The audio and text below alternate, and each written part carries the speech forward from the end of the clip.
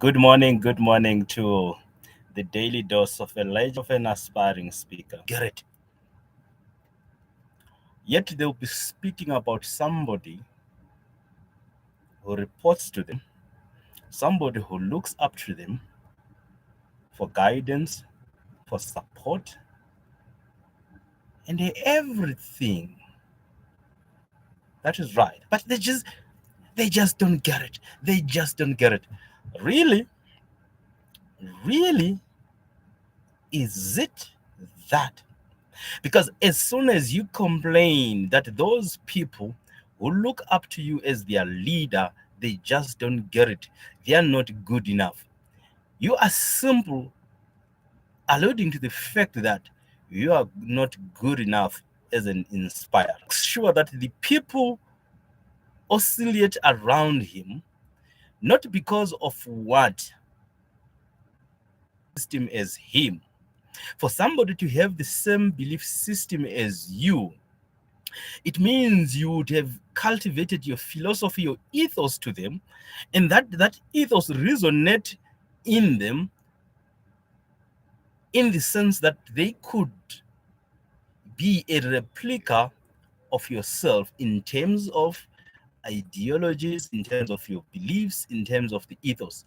They might not necessarily do exactly as you do, but the thinking, the ideologies is fundamentally the same.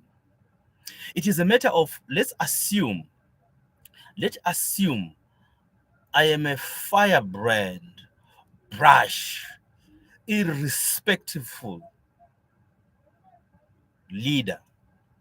Those that look up to me as leaders, they will be firebrand, irrespectful, irrespectful, brash followers.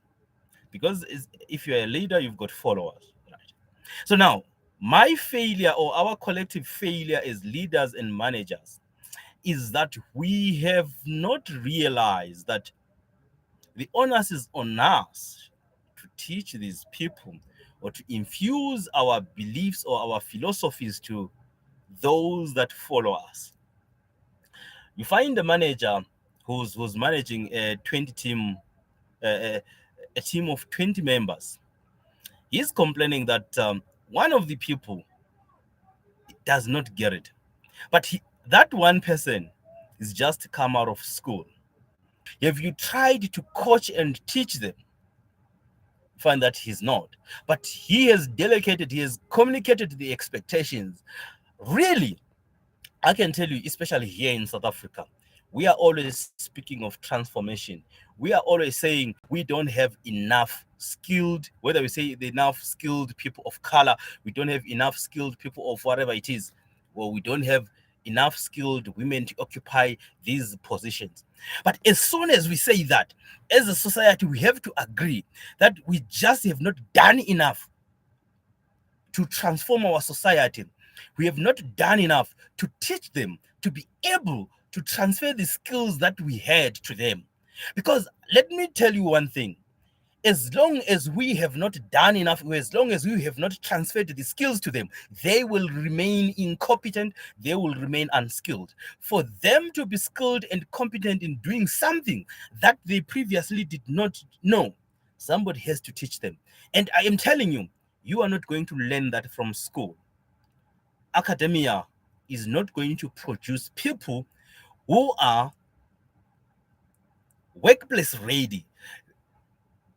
The design of our education curriculum, whether at universities or at secondary school, is not designed to produce somebody who's workplace ready. So, for somebody to be workplace ready, it takes somebody in that workplace to nurture them. You water your garden, you cultivate your garden, you prune the trees, you water your garden, you cultivate, you take out the weeds, and then that's when you can expect fruits. But we don't take out the weeds in our people. We don't cultivate, we don't give them the right direction. We don't give them a structure and the framework with which to operate. We don't infuse our ideas and our skills and impart our knowledge to them. We don't coach them, yet we expect them to perform at the best. Shame on you. You should be ashamed of ourselves. Be ashamed of ourselves. We've just done absolutely nothing, and we do absolutely nothing. Yet we complain and say people are not enough. How can they be good enough if nobody teaches them?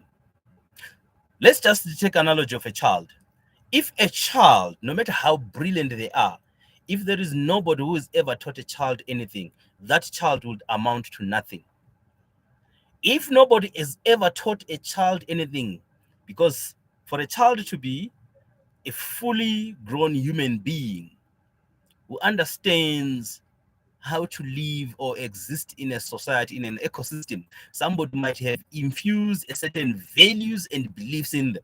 Somebody might have told them, respect the elders. Somebody might say, respect other people.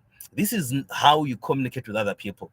This is how you treat other people. This is how you handle stressful situations. This is how you celebrate with other people. This is how that don't treat you well. Somebody would have told the child that. Without anybody teaching the child that, the child will not know.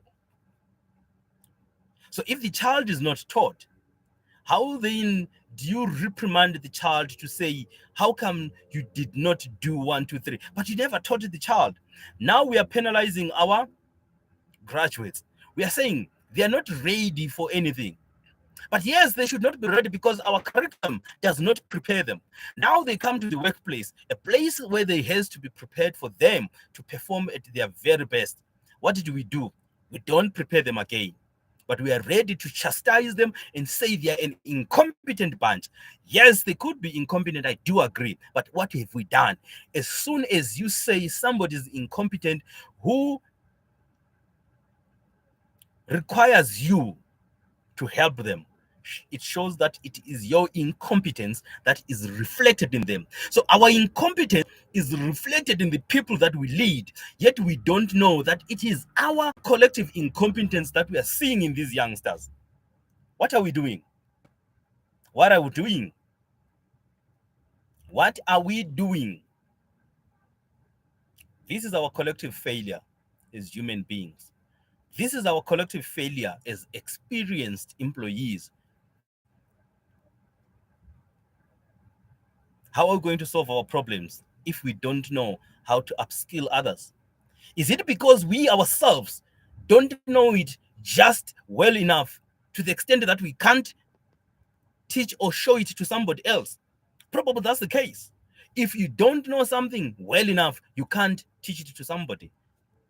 And yet, we're quick to blame them. Please stop it.